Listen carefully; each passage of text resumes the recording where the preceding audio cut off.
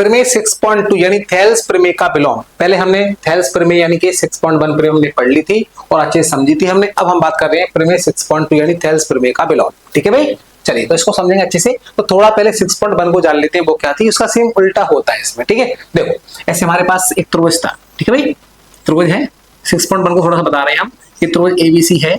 इसमें क्या हुआ था, एक रेखा खींच दी हमने समांतर, किसके, बीसी के, डी खींच दी हमने। ठीक है भाई, ये हमने क्या किया, डी समांतर खींचा था बीसी, डी समांतर बीसी। थेल्स प्रमेय तो कहती थी कि एक रेखा खींचो एक भुजा के समांतर, तो क्या करेगी, अन्य दो भुजाओं को समानुपात में बांट देगी, अन्य दो भुजाओं को समानुपात में बांट देगी, यानी कि AD upon DB, AD upon DB equal to क्या था, A upon EC, A upon EC.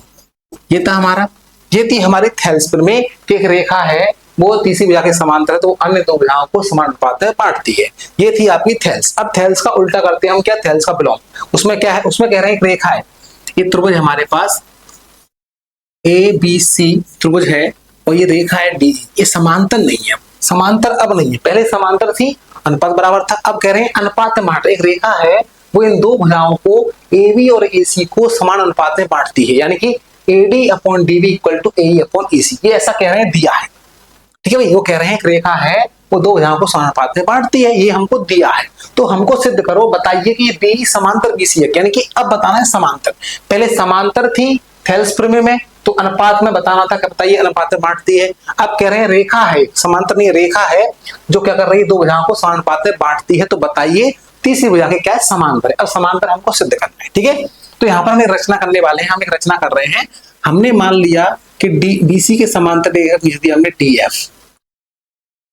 यहां पर हमने एक रचना कर दी, यहां पर हमने एक रचना कर दी, हमने क्या कर दी, एक रचना कर दी डी एफ, डी एफ हमने क्या किया, डी एफ हमने रचना कर दी यहां पर समांतर, यानी डी एफ समांतर हमने बीसी ड्रॉ कर दिया। ठीक है भाई, डी एफ समांतर बीसी। तो अब हमको सिद्ध करना है। ठीक है भाई, तो सिद्ध करें, चलिए सिद्ध करते हैं। तो भाई एक चीज बताओ, डी एफ समांतर बीसी है, जब समांतर है तो हमने पढ़ा है थेल्स प्रमेय से कि अगर रेखा समांतर क्या करती है, वो अन्य दो भुजाओं को समानुपात में बांटती है। अब डीएफ समांतर बीसी है तो क्या होगा, तो हमारा हो जाएगा AD upon DB, AD upon DB equal to A F upon F C. समीकरण नंबर 1 हो जाएगा भाई, किससे, थेल्स प्रमेय से। लिख दो यहाँ पर थेल्स प्रमेय से, थेल्स प्रमेय से, थेल्स प्रमेय से। बात समझ रहे हो, क्योंकि ये डी एफ है वो बीसी के समांतर है, और समांतर तो क्या करेगी, AD upon DB equal to क्या होगा, A F upon F C हो जाएगा। ठीक है, A F upon F C हो जाएगा यहाँ पर। क्लियर है। और हमको दिया क्या है, दिया क्या है, दिया हमको ये है कि AD upon DB, AD upon DB equal to क्या दिया है, ए upon E C, A upon E C. ये हमको गिवन है। हमने क्या किया, रचना की, डीएफ हमने समांतर खींचा तो ये क्या करेगी, अन्य दो भुजाओं को समानुपात में बांटेगी, और ये हमको दिया है। समीकरण 1 और 2 से देखो जरा, समीकरण 1 व 2 से अगर हम देखें, समीकरण 1 व 2 से देखें तो क्या होगा, देखो एलएचएस बराबर है AD upon DB, AD upon DB, तो क्या होगा, आरएचएस भी क्या होंगे, आपस में बराबर हो जाएंगे, यानी A F upon F C equal to A upon E C. ये दोनों क्या हो गए, आपस में बराबर हो गए, हो गए भाई। चलिए बराबर हो गए। अब इसमें हम क्या करने वाले हैं, दोनों पक्षों में 1 जोड़ रहे हैं। प्रूफ करने के लिए हम क्या करने वाले हैं, दोनों पक्षों में यहाँ पर 1 जोड़ने वाले हैं। ठीक है भाई, तो यहाँ लिख देते हैं दोनों तरफ, दोनों तरफ 1 जोड़ने पर। ठीक है भाई, जोड़ दो 1। बहुत आसान तरीका, बहुत सिंपल है। A F upon F C plus 1 equal to A upon E C, A upon E C plus 1। यहां पर हमने 1 प्लस कर दिया भाई। ठीक है, चलिए अब देखते हैं आगे। यहां पर एलसीएम लेना सबको आता है, A F plus F C upon F C, और यहां पर आ जाएगा ए ई प्लस ई सी अपॉन ई सी।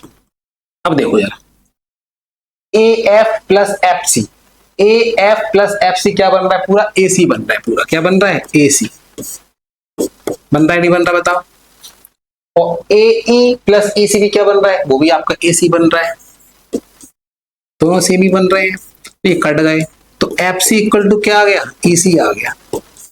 मतलब क्या है, मतलब देखो यहां पर जरा देखो, ए एफ और एफ सी दोनों इक्वल कह रहे हैं भाई, मतलब ए एफ और ई सी दोनों इक्वल हैं। दोनों इक्वल कब हो सकते हैं भाई, ए एफ और ई सी इक्वल कह रहे हैं, मतलब क्या है, जो एफ है वो ई की जगह होगा, जो एफ है वो ई की जगह होगा, मतलब ई और एफ दोनों एक जगह होंगे, ई एफ और एफ दोनों क्या होंगे, एक जगह होंगे, यानी कि संपाती होंगे। तो चूंकि यह तभी संभव है, कब संभव भाई बताओ, जब क्या होगा, ई व एफ कैसे हैं, संपाती हैं, संपाती हैं। अब संपाती है और एफ क्या है, डीएफ क्या है, डीएफ समांतर है। अब डीएफ हमारा क्या है, समांतर है बीसी के। जब डीएफ समांतर है तो बीसी भी क्या होगा, बीसी भी क्या होगा, समांतर होगा। देखो जब डीएफ, ये डीएफ जो है ये समांतर है, तो डीई भी क्या होगा, समांतर होगा। डीई भी क्या होगा, समांतर होगा। क्यों, क्योंकि ईएफ तो एक ही जगह है ना भाई। जब डीएफ समांतर है बीसी के तो डीई भी क्या होगा, समांतर होगा बीसी, क्योंकि ई और एफ दोनों क्या है, एक जगह है, कहां पर, एक बिंदु है, एक ही जगह पर संपाती है। तो यही हमको सिद्ध करना था, ये हमको क्या करना था, प्रूव करना। तो ये हमारा प्रूफ हो चुका है भाई। बताइए सिंपल है कि नहीं।